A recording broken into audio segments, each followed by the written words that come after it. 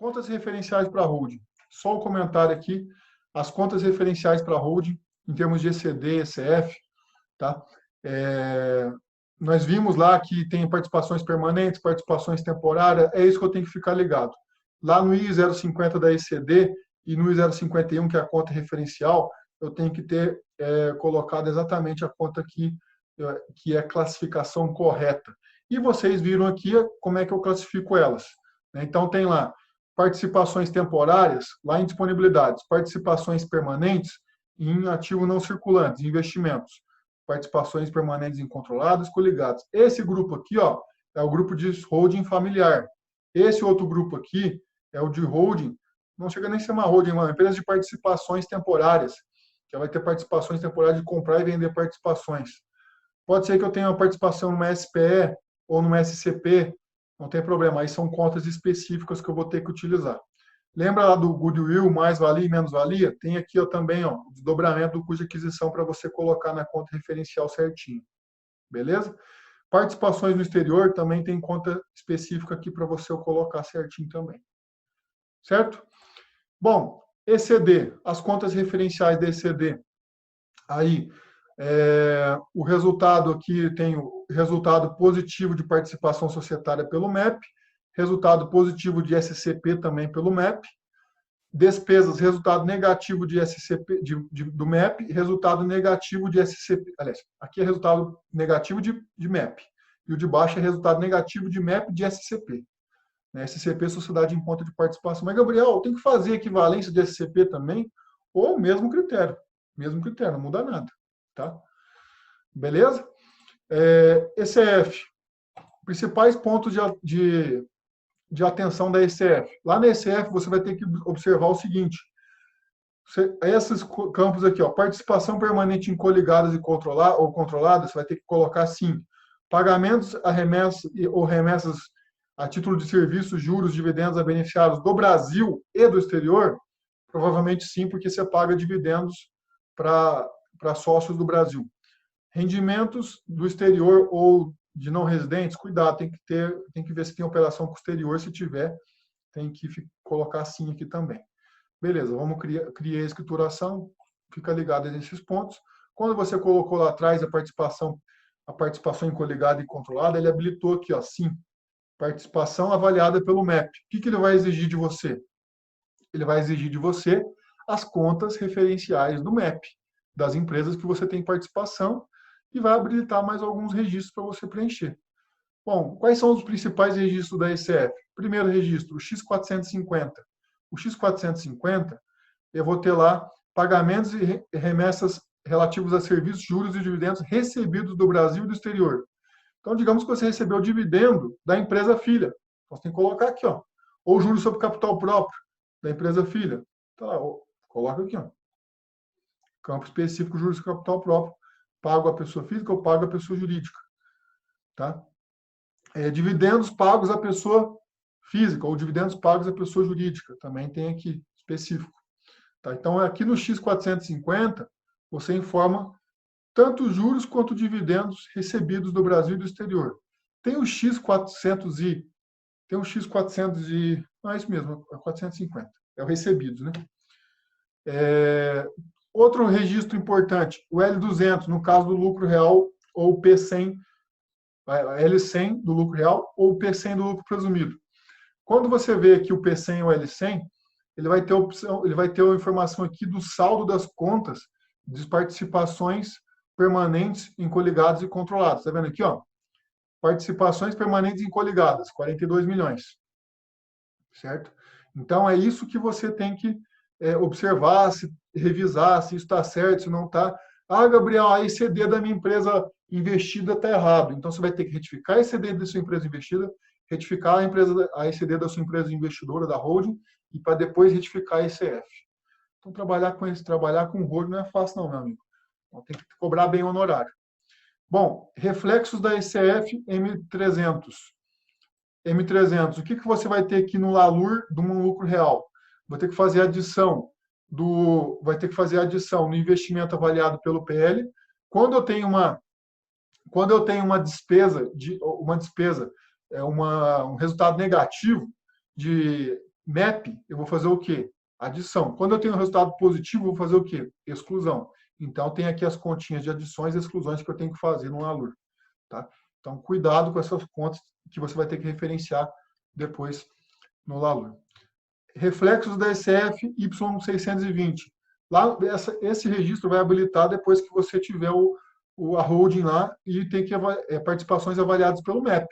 Aí o que você vai ter que cadastrar aqui? Todas as participações que você tem pelo MAP.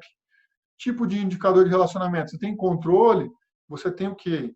Eu tenho controle conjunto ou influência significativa. Influência significativa vai dizer que você tem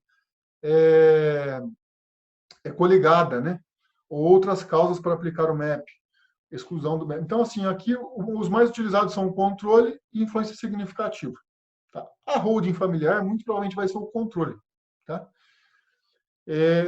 Data do evento, indicador do tipo de relacionamento, código de país, CNPJ, nome empresarial, valor das participações, valor da participação em moeda, percentual do capital total, percentual do capital votante, resultado de equivalência patrimonial. Essa conta aqui, ó, essa linha tem que ser o mesmo valor do que está na conta referencial, data da aquisição da participação, sumário em cartório, número de registro em cartório.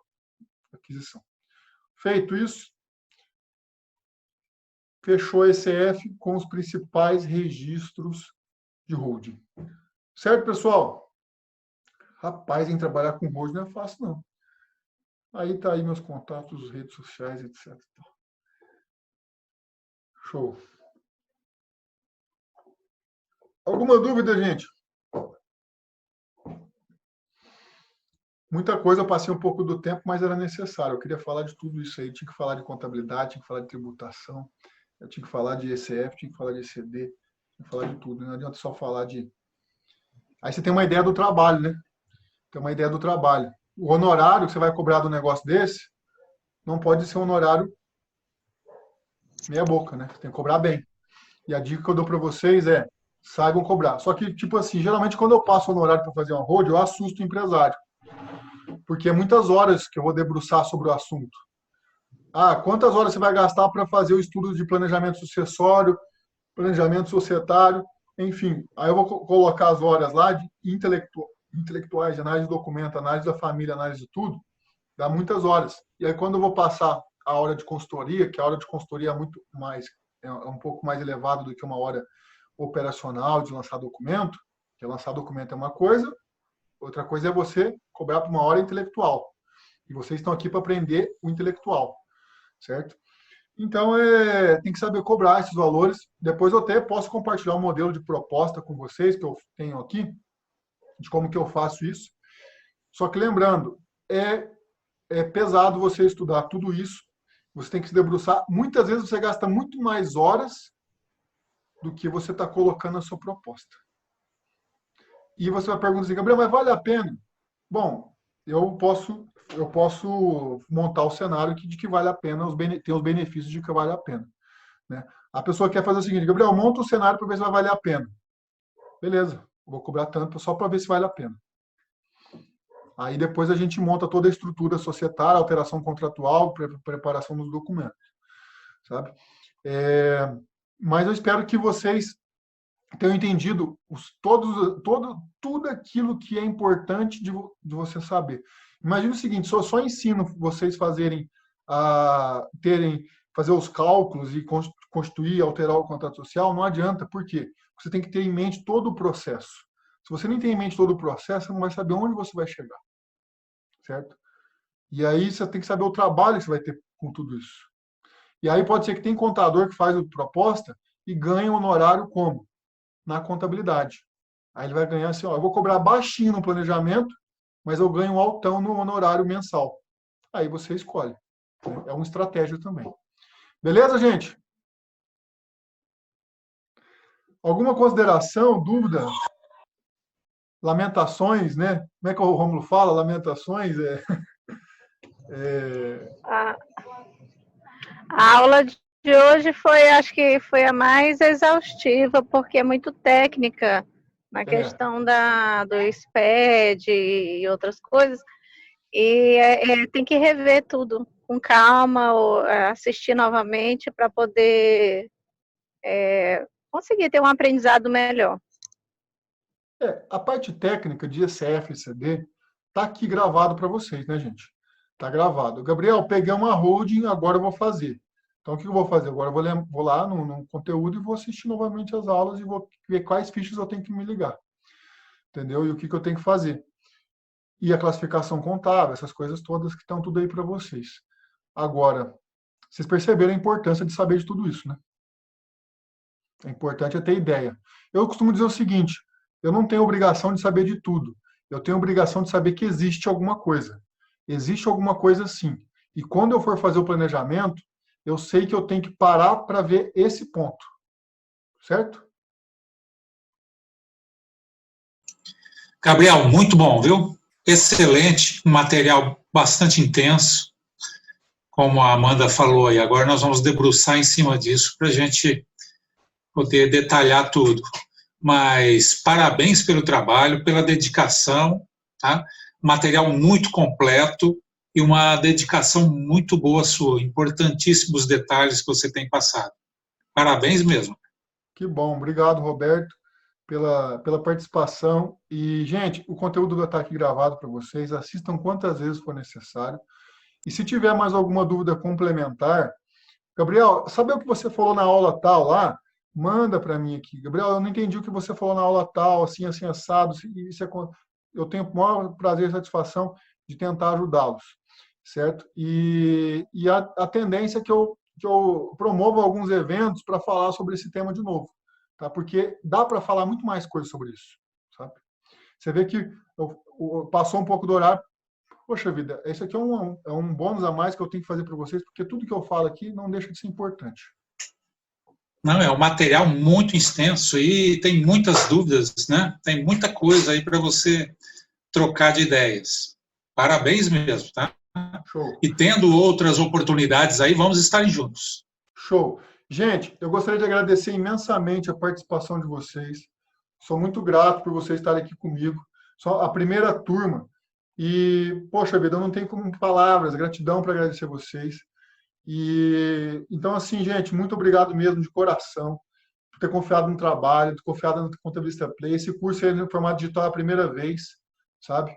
Então, eu já viajei muito com esse curso, mas era muito corrido também. Era mais corrido do que a gente viu aqui agora, que eu tinha 8 horas para falar tudo, né? Então, e às vezes aqui eu consigo parar para mexer numa planilha, para mexer numa coisa, mexer noutra, mostrar e falar isso com vocês.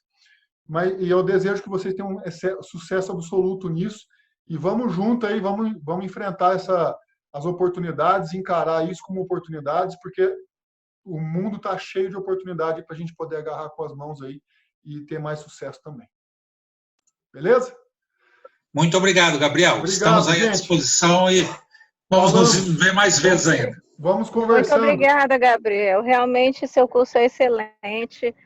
Assusta a gente saber que não sabe de nada.